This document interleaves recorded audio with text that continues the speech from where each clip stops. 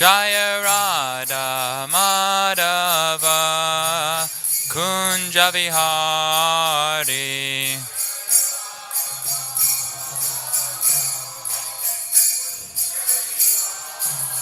Hare Krishna, Krishna Krishna, Hare Hare, Hare Rama,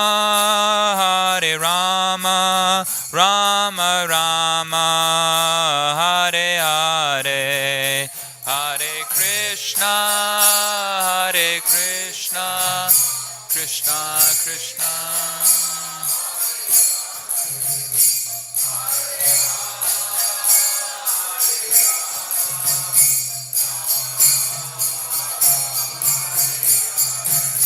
Hare Krishna,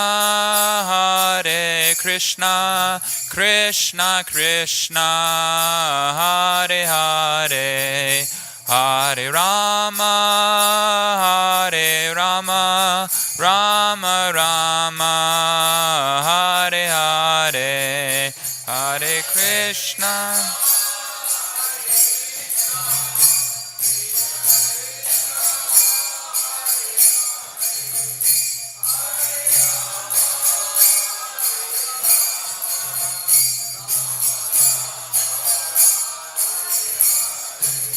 Jaya Prabhupada, Jaya Prabhupada, Prabhupada, Jaya Prabhupada.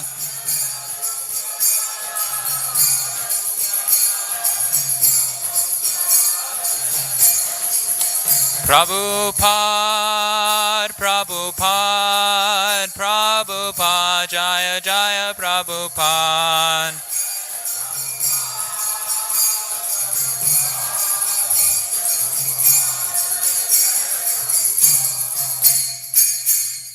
Jayom Vishnupad Paramahamsa Parirajikacharya Shtotashata Shishimad.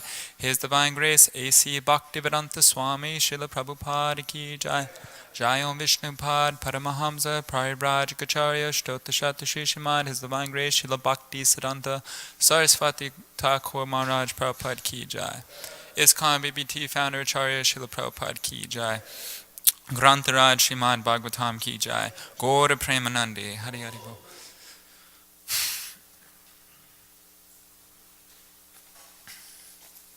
Om Namo Bhagavate Vasudevaya.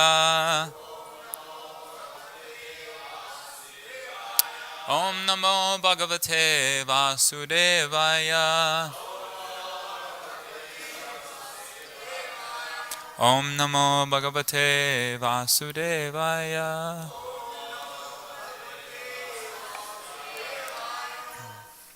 Reading from Srimad Bhagavatam, Canto 1, Chapter 3, Text 11. Shashtam Atre Apatyatvam Vrittaha Praptaha Anusuya Anvikshikam Alarkaya Pralada Dibya Uchivan Shashtamatre Patyatvam Vritta Prapto Nasuyaya Anvikshikim Alarkaya Palada Biya Uchivan Shashtamatre Apatyavyan Vritta Prapto Nasuyaya Anvishikim Alarkaya Pralada Dibya Uchivan. Please chant.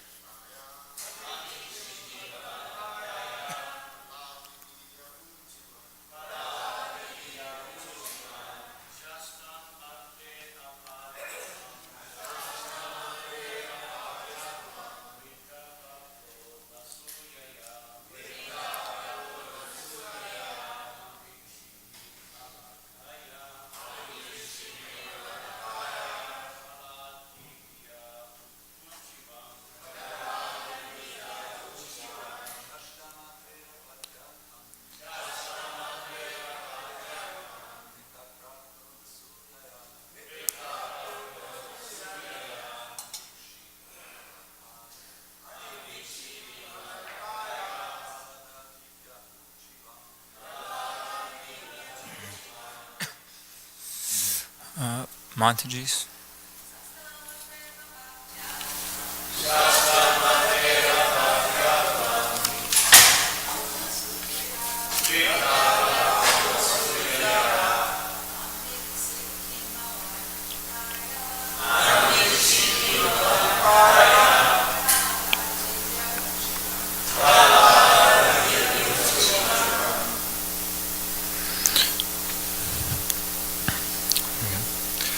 Please repeat. Shashtam, the sixth one.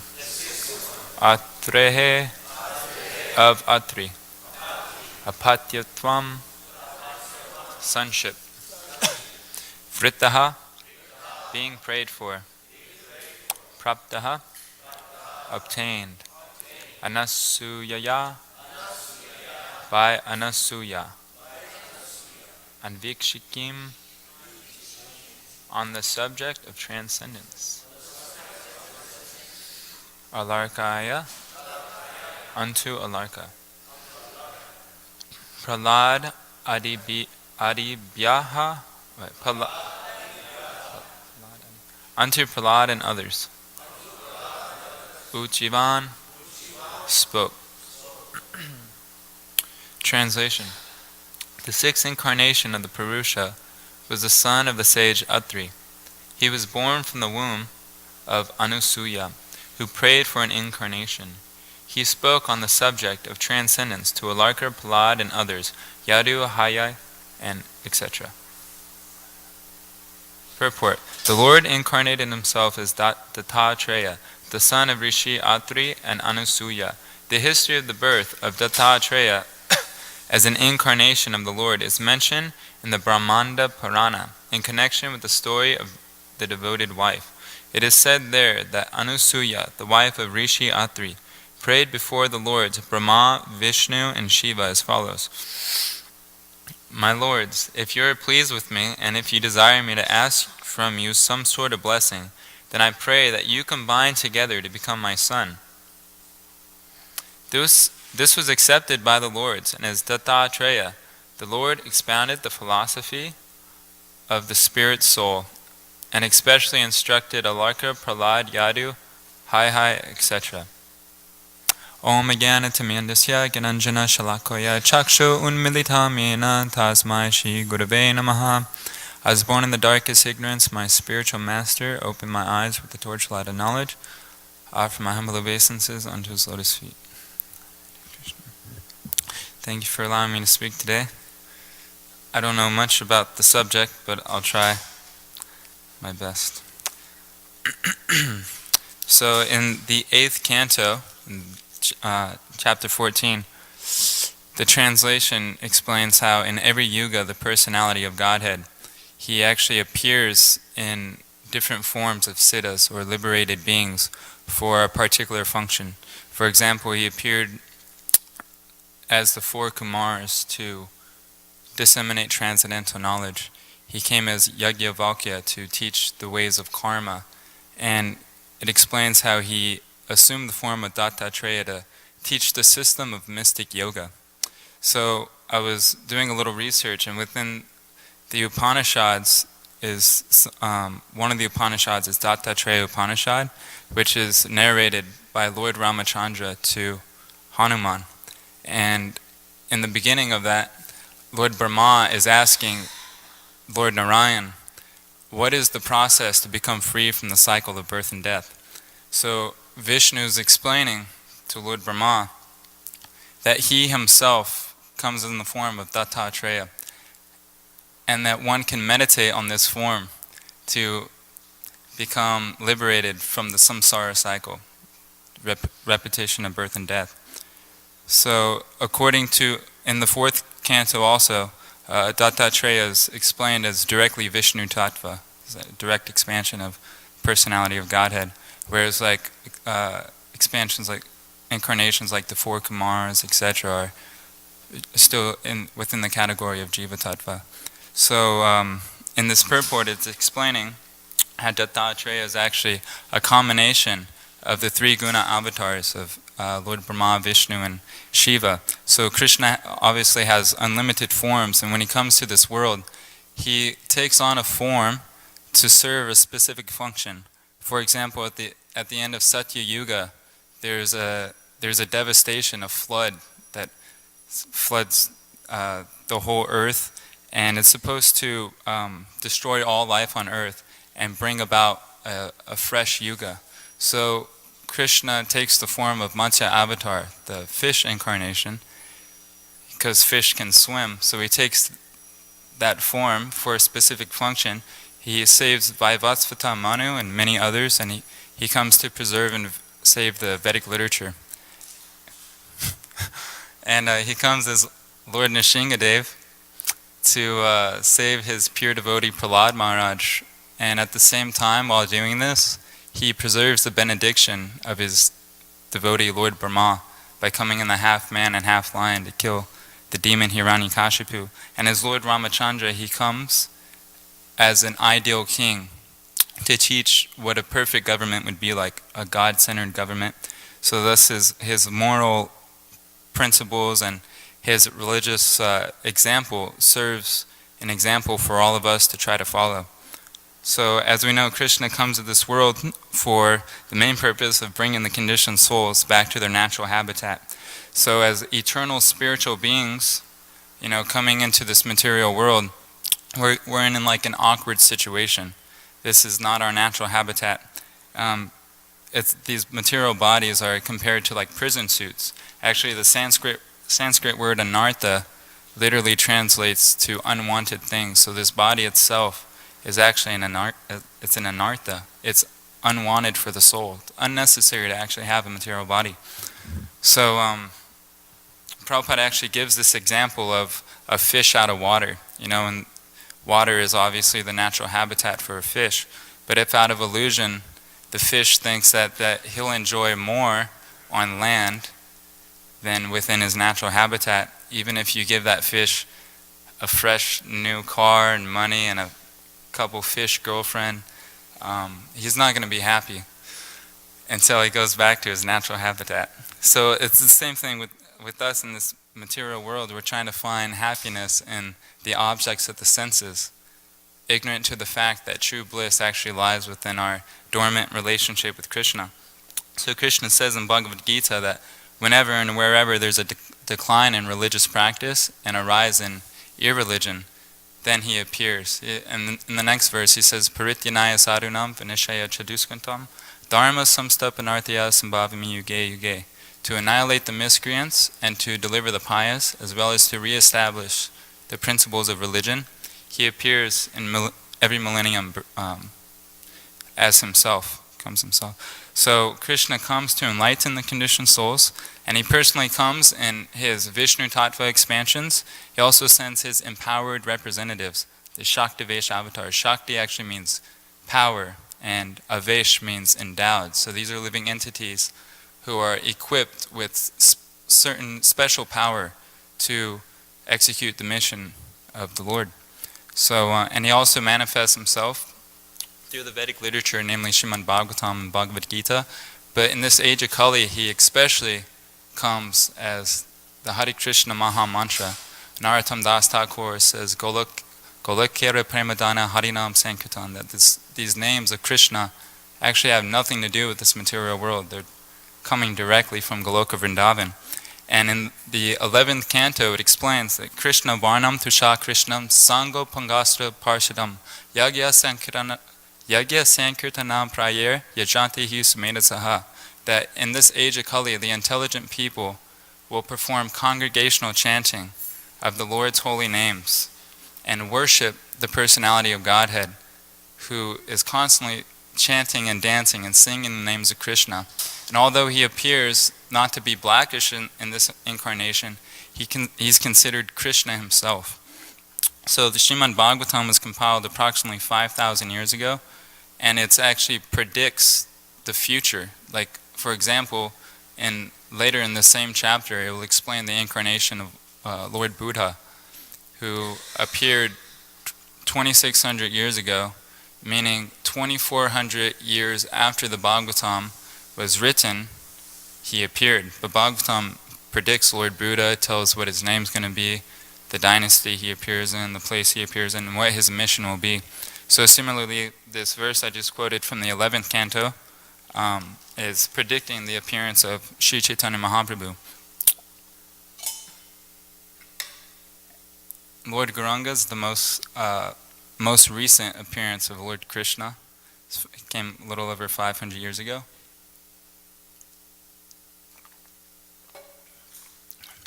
And he introduced the Sankirtan movement. So one of the most important disciples of Lord Chaitanya Mahaprabhu, Srila Rupa Goswami, he describes how Lord Chaitanya is the most merciful incarnation, because he's giving what no other incarnation has given before, pure love of Godhead, basically free to anyone who's just willing to accept it. So it's actually a miracle.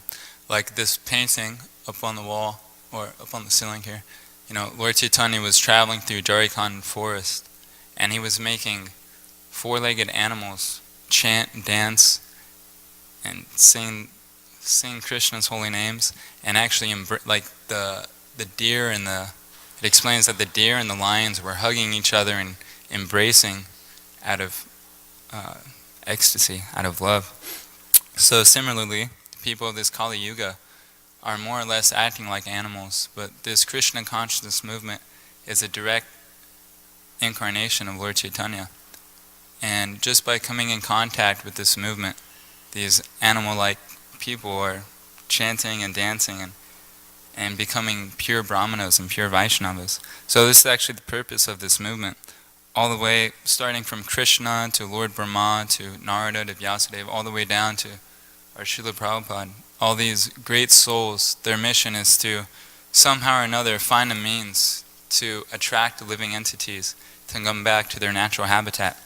So by taking up the order of Sri Chaitanya Mahaprabhu and spreading these teachings to every town and village, one can also become an empowered incarnation. One can be used as a pure instrument, like a guitar. A guitar is an instrument, but what is a guitar? It's just wood that's carved in a certain way with chords and some metal pieces on it.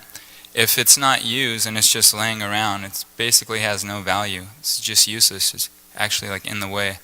But if an expert musician picks that guitar up and starts to play it, then beautiful sounds come out, and musical vibrations. It could change the whole mood and the atmosphere of wherever the music's being played. So similarly, we're picked up by our spiritual master, and if we surrender to the process of being used as an instrument, Krishna and the spiritual master could use us in so many wonderful ways. And I was meditating recently on Bhakti Tirtha Swami, who's a perfect example of this, what I'm talking about. He such a sincere soul. He was sent, well, first of all, before he was sent to Europe, he had a very austere lifestyle just because he wanted to serve Prabhupada in the best way. He was performing traveling Sankirtan. He was on the library party distributing full sets of Prabhupada's books to different universities and colleges. And his schedule, according to that book, The Black Lotus, and in the class I heard from Radhanath Swami, that Bhakti Tirtha Swami's schedule was that he would wake up around 2 in the morning, he would chant at least 40 rounds a day, and he would be out on the college campus before any students were there, and he would stay on the campus until all the students had left the campus, because he didn't want to miss one person that he can give Prabhupada's books to. And then at the end of the day, after all the students left, then he would take prasadam for the first time, and for the first time of the day, he would take some fruits and nuts, and then he would read, and he'd stay up late reading, and he maintained that schedule for a long time until he saw that other devotees couldn't keep up with him, and he didn't want to feel that the other devotees felt that Bhakti Tirtha Swami was better than them. So he arranged his schedule to make the other devotees feel like they could fit in. But after a while, Maharaj was sent to Eastern Europe, which at that time was a heavy communist country. Religion was banned. If you were caught distributing any type of religious books or teaching any religious philosophy, you can go to prison for many years. And there's been instances where devotees were caught, they were tortured Even some of them even died in prison because of the torture that was going on. So he took the risk as a black African American, and going to Eastern Europe at that time, there was like no black body people. He was one of the only ones, but he was going undercover to distribute Srila Prabhupada's books, and he was living in such a way that he went alone. There was hardly any devotees. He didn't meet any devotees when he went there. There were no temples at that time. There was no congregation of devotees because they had to keep everything low key. So he came alone. He was living in freight trains so that he wouldn't be, people wouldn't think he was suspicious and he wouldn't be caught in his mission. He would have to chant japa very quietly in public restrooms, whispering to himself, so he wouldn't be caught. And there's many times where he actually got almost caught by like the KGB, which is like equivalent to like the FBI in America. One time he was distributing at a university, and he saw some official-looking people that were following him. And after a while, he realized that, oh, this is the KGB, and if I don't do something quick, I'm going to get caught. So immediately, he acted like he didn't see them, and upon coming to a corner of the wall, right when he turned the corner, he started running as fast as he could. And when he started running, he heard the footsteps of these people running after him. And he had to take he had to turn another corner, run down a hallway, doing all these zigzags, and finally he realized, I'm about to get caught. So the next corner he turned in, the first door he saw, he opened up and he went inside. And when he went inside the door, he looked through the little window and he saw that the KGB people ran past the door. They didn't see that he went inside. So he felt kind of safe. But when he turned around, he saw this very official-looking person sitting behind a desk. And the guy was shocked. He was like, who are you? And Bhakti Tirtha Maharaj, with Krishna gave him the intelligence, he looked at his watch and he said, well, it's 3:30 and I have an appointment with you. And the guy was thinking, well, I didn't hear of any appointment.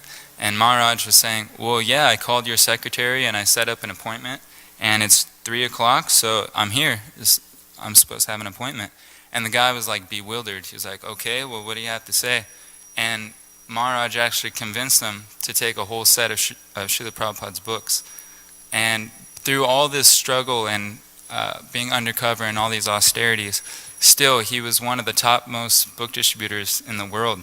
At that time, Srila Prabhupada was sick, he was ill, and Tamal Krishna Goswami was reading the Sankirtan scores to Srila Prabhupada. And Tamal Krishna Maharaj was saying that Srila Prabhupada, although he was sick, when he would hear these scores, he'd become enlivened. And oftentimes he would, start crying in ecstasy. And so when Bhakti Tirtha Maharaj came back to the U.S., Tamal Krishna Goswami set up a meeting with Maharaj and Srila Prabhupada, because Prabhupada was so pleased with Bhakti Tirtha Maharaj's service. At that time his name was Ganesham Brahmachari. And Prabhupada, when he saw Maharaj, he told him to come here and he gave him a hug. And Prabhupada actually started crying. And he said, because of all your service, your life is actually successful. And Prabhupada hugged Maharaj and he started crying. He said, because of all your tremendous service, your life is now successful. And when Prabhupada left this planet eventually, Bhakti Tirtha Maharaj, a couple years after that, had a dream where Srila Prabhupada appeared in his dream. And Srila Prabhupada was there, and then there was a wall with like a door. And Prabhupada told Maharaj, open the door. And Maharaj first didn't understand, why he was telling him this. And Prabhupada repeated twice more, just please open the door, open the door. So Maharaj opened the door in his dream. And when he opened the door, hundreds and thousands of African people were running through the door. And Maharaj got the inspiration and the indication from this dream that Prabhupada wants him to go to Africa to preach. So Maharaj went to Africa and he did tremendous service. Traveled around Africa at a time where there were like wars going on, people were getting caught and killed, their heads being severed, crazy stuff was going on. but he was traveling through Africa and making tons of devotees. He actually became the head chief of many tribes of Africa and taught them, to practice Krishna consciousness. Even the last days of his life, Maharaj taught us the example of, how to leave your body in Krishna consciousness. He even gave the seminar called Die Before Dying. It's an amazing class. If no one's heard it, I highly recommend it. It will change your life.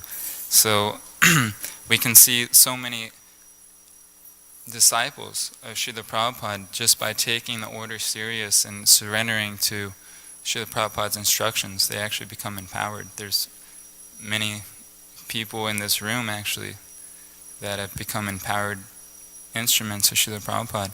Another person that I'm very inspired by is someone named Harinamananda.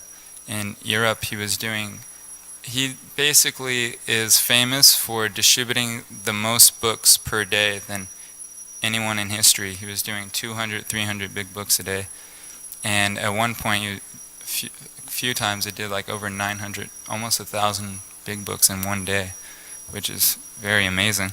And someone asked him, what's the secret of doing so many books?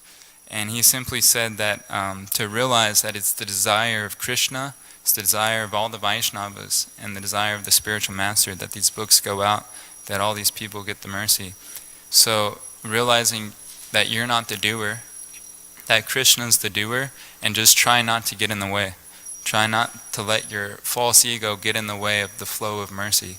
And in this way, you could just become an instrument and let the mercy flow through you. So just kind of compared to a window, the sun shines through the window. But if the window is dirty, then the sunshine doesn't have its full potency. So, Prabhupada says that purity is the force. If our heart is pure, if our consciousness is pure, then we can actually be used as a pure instrument. So the reason why I'm saying all this is because these incarnations that we're talking about in this third chapter all come for a specific function, and all these functions are meant to serve one purpose. All these functions are meant to serve one purpose, which is to ultimately bring the conditioned souls back home, back to Godhead. And that's all I want to say today. Thank you very much for letting me speak. If there's any questions, please ask. It's Bhakti Chris.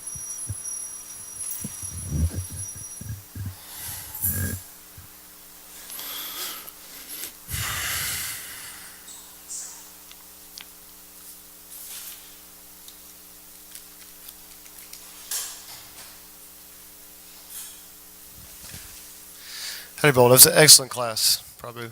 And I just want to more make a comment because you really touched me on something that I've been thinking a lot about lately, and the inspiration part, as far as hearing stories about that Swami and hearing stories about other individuals or seeing actions from other individuals. You yourself being one for me that I personally, when I see the way you act through all types of situations, and the knowledge that you have, the young age that you are, and how much emphasis and excitement and enthusiasm you put into Krishna consciousness. Me as a neophyte devotee, that really inspires me. And I'm going to tell a quick story.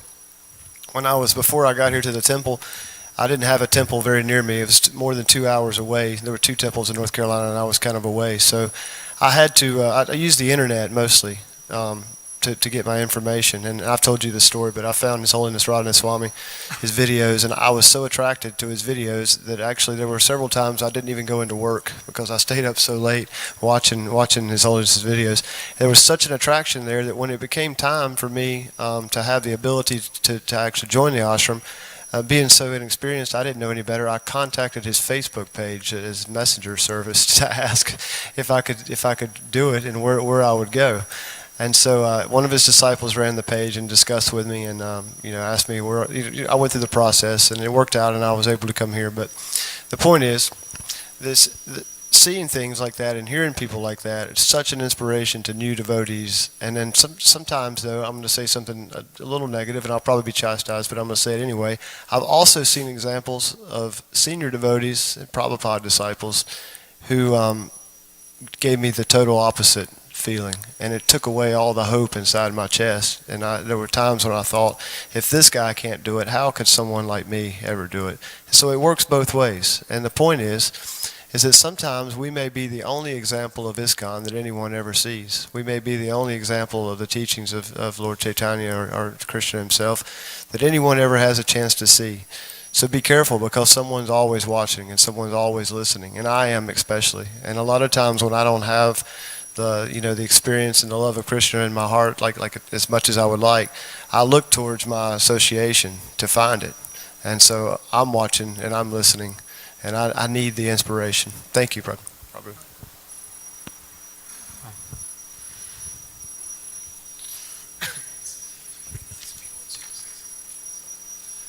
Yeah, really wonderful class, Prabhu. I just wanted to say that, having the opportunity to travel with you and see the way that you operate, I can genuinely say that I'm watching every day how you yourself are becoming an instrument of Krishna. And it's really inspiring that I get to that association. And so all I can say is thank you for inspiring so many individuals, and thank you for, taking the tasks to try to bring new bhaktas into the ashram and just doing so many wonderful things. You're a really amazing example for all of us. Thank you very much. Thank you for your kind words. I learned from Amala Bhakta Maharaj that if someone gives you kind words, you should accept them, but not keep them for yourself, because otherwise they turn to poison in your heart. So if someone gives you kind words, accept them, being respectful, but give them to your spiritual master. So thank you very much. I really appreciate that. Hare Krishna. All glories to Prabhupada. Hare Krishna.